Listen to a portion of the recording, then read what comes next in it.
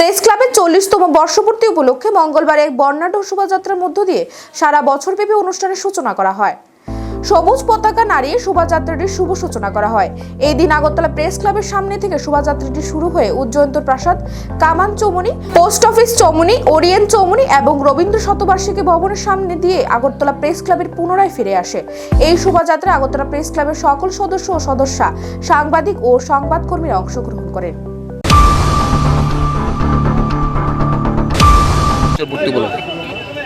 1983 সালে আমাদের প্রেস ক্লাবের এই প্রেস ক্লাবের দ্বারোদ্ঘাটন হয়েছিল। তো আমরা 40 বছর পূর্তি করছি এবং সেই পূর্তির শুরুয়াত হয়েছে আজকে একটা মিছিলের মাধ্যমে, যেটা আমার অগ্রজ সুবলদা এখনই বললেন যে আমরা সবাই ইউনাইটেড। আমরা আজকে একটা সম্প্রীতির মিছিল আমরা করেছি এবং এখানে রাজনীতির কোনো জায়গা নেই। এই প্রেস ক্লাবের এই যে পরিবার, এই পরিবারের আমরা সবাই সদস্য, আমরা একসঙ্গে থাকব, আমরা একসঙ্গে ছিলাম, এবং একসঙ্গে আছি। তো প্রেস ক্লাবের এখন 1 বছর পূর্তি 40 বছর পূর্তি উপলক্ষে আমরা বছরব্যাপী নানা অনুষ্ঠানের আয়োজন করব। আর পাশাপাশি সাংবাদিকদের যে বিভিন্ন রকম ওয়েলফেয়ার স্কিম, তাছাড়া খেলাধুলা, বিনোদন, এবং যে পেশাগত দক্ষতা বৃদ্ধির জন্যে বিভিন্ন ওয়ার্কশপ, এই সব কাজগুলো আমরা মানে ক্রমাগত করতেই থাকি বর্ষপূর্তি উপলক্ষে। হ্যাঁ, থ্যাংক ইউ।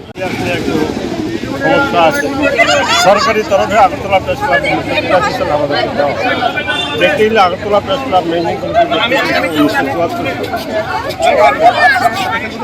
পরবর্তী সময় দীর্ঘ আন্দোলনের ফলে আগরতলা প্রেস ক্লাব এই জায়গায় এসে দাঁড়িয়ে। এখন এই জন্য নিকেনকে ধন্যবাদ দিতে হয়। রাজ্য লটারির থেকে আয় থেকে এই টাকাটা আমাদের দিয়েছিল। ওই জায়গাটা আমাদের প্রথম জায়গা ছিল চিলড্রেন্স পার্কের কোনায়, সেখান থেকে পরে শিফট করে এই জায়গাটা, ভালোই জায়গাটা একটি মাত্র সংগঠন আগরতলা প্রেস ক্লাব একদম ইউনাইটেড। এইখানে কোনো পলিটিক্সের কোনো জায়গা নেই, এখানে কোনো ডিভিশনের জায়গা নেই।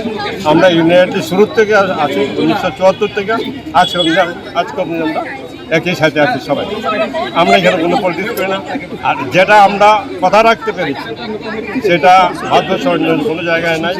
আমরা নিগম আমাকে বলেছিলেন প্রেস ক্লাব করতে হলে কিন্তু মদের আসর টাসর বসা। আমার বিরুদ্ধে লেখা হলো যখন প্রেস ক্লাবের কমিটি ফর্মেশন বিরেস্ত করুন এটা মদের আসর বানা দিয়ে। আমি তাদেরকে কথা দিয়েছিলাম আগরতলা প্রেস ক্লাব মদের আসর, সেই কথা আমরা রাখতে পারি। আমি তো বহুবার করে এসেছি, বহুবার দেখতে পেয়েছি, তারাও করছে। আমরা সেই ধারাটা ফেরত দিতে চাই, এটা বড় কাজ। আজকে সাংবাদিক সংঘের কল্যাণে সাংবাদিকদের অনেক দাবি দেওয়া পূরণ হয়। শুধু অন্য সংগঠন নয়, সাংবাদিকরা ব্যাপারে আগরতলা প্রেস ক্লাব বড় ভূমিকা নিয়েছে, সবসময় এখনও। বাঁশের গড় থেকে আজ দালান বাড়ি 40 বছর হয়েছে। 40 বেশি হয়েছে তো, আমরা 40 বছর সরকার আমাদেরকে দিয়েছে এখান থেকে 40 বছর।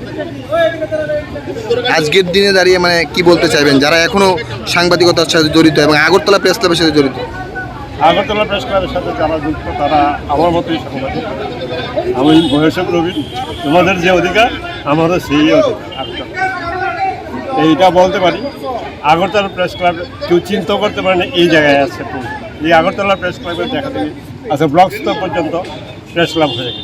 প্রত্যেক ব্লকে প্রেস ক্লাব, প্রত্যেক সাব ডিভিশনের প্রেস ক্লাব, জেলা প্রেস ক্লাব আছে।